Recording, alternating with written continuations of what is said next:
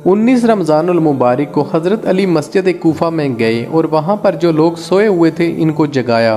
इन सोए हुए लोगों में आपका कातिल अब्दुर्रहमान इब्ने मुलजम भी था। हज़रत अली ने सोए हुए लोगों से फरमाया, फजर के वक़्त अल्लाह को मस्जिदों में सोना पसंद नहीं है, उठो और अपने काम सर अंजाम दो। ये कहकर आप महराब की तरफ गए और अजान देनी शुरू की। आपकी आवाज़ कूफा की गलियों मोहल्लों में गूंजने लगी। लोगों ने देखा कि उस दिन आसमान का रंग अजीब हुआ पड़ा है। हज़रत अली ने अजान पूरी की, नमाज शुरू की तो आपका कातिल अब्दुर्रहमान इब्ने मुलजिम, जो 7 तलवार छुपा कर लाया हुआ था, जो जहर में डूबी हुई थी, इसने इसी तलवार से हज़रत अली पर सजदे की हालत में हमला किया। जैसे ही इसने ये ज़र्ब आपके सर पर लगाई, हज़रत अली ने कहा, काबे के रब की कसम, आज ये कामयाब हो गया। मस्जिद में गहराम बपा हो गया।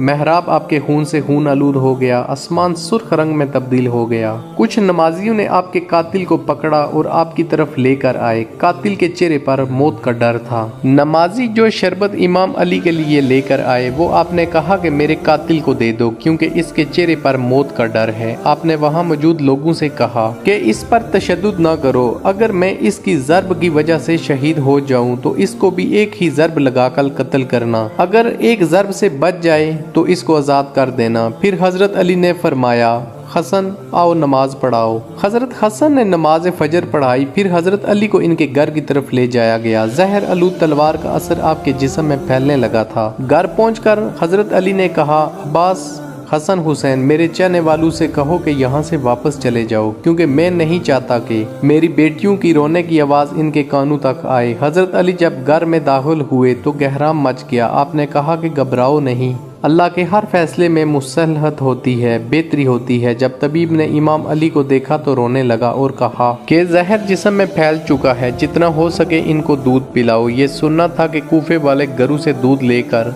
इमाम अली के दरवाजे पर आ गए। 20 की रात जब आई तो हज़रत अली ने कहा कि आज मेरे हुजरा में कोई ना आए इस वक्त, क्योंकि दुनिया की जिन्नात मेरी जियारत को आएंगे। इसके बाद आपने हज़रत हसन को कहा कि मेरे चाहने वालों को बुलाओ। जब लोगों ने आपके चेहरे मुबारक को देखा तो वो जर्द हो चुका था जहर के फैलने की वजह से। हज़रत अली ने कहा, पूछो जो मुझसे पूछना है। आज अली तुम्हारे दरमियान है। मैं ज़मीन से ज़्यादा आसमान के रास्ते जानता हूँ। पूछ लो जो मुझसे पूछना है। बाद में पछताओगे कि काश कुछ और भी पूछ लेते। लोग रोते रहे और आपसे सवालात करते रहे। इनके जाने के बाद आपने कहा, हसन खानदान वालों को जमा करो। जब सब आ गए तो आपने फरमाया, मेरे बाद हसन आपका बड़ा है, जो हसन कहेगा मान लेना। और हसन से फरमाया, अपनी नाना की सुलह हुदैबिया को याद रखना, अमन अमान को कायम रखना, ताकि किसी का नाहक खून ना बहे। फिर फरमाया, हसन हुसैन, मेरे जनाजे और कब्र की खबर किसी को ना देना। मेरा जनाजा ऊँटनी पर रख देना। आगे से जिब्राइल और मिकाइल उठाएंगे, पीछे से हसन हुसैन तुम उठाना, क्योंकि मुझे पता है कि अल्लाह के दीन के दुश्मन चाहेंगे कि अली की कब्र को खोद कर मेरे जनाजे की तौहीन करें। मेरी कब्र पहले से बनी हुई है, जहां ऊँटनी रुके वहीं पर दफन कर देना।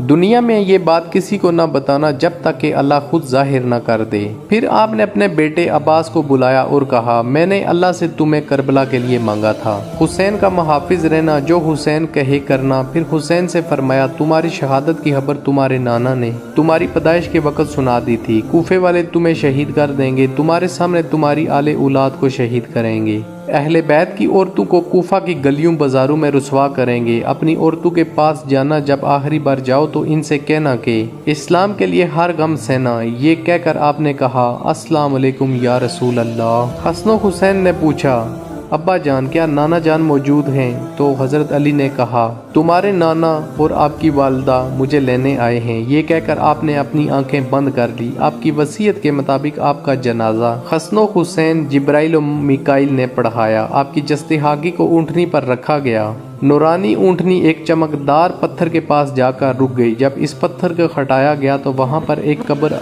पहले से बनी हुई थी। इस कब्र पर लिखा हुआ था, ये कब्र अल्लाह के नबी नूह ने बनाई है, अल्लाह के इस शेर के लिए जिसकी वजह से मेरी कश्ती को सलामती मिली। सलाम हो अल्लाह के शेर अली इब्ने तालिब पर, सलाम हो अहले बैत पर।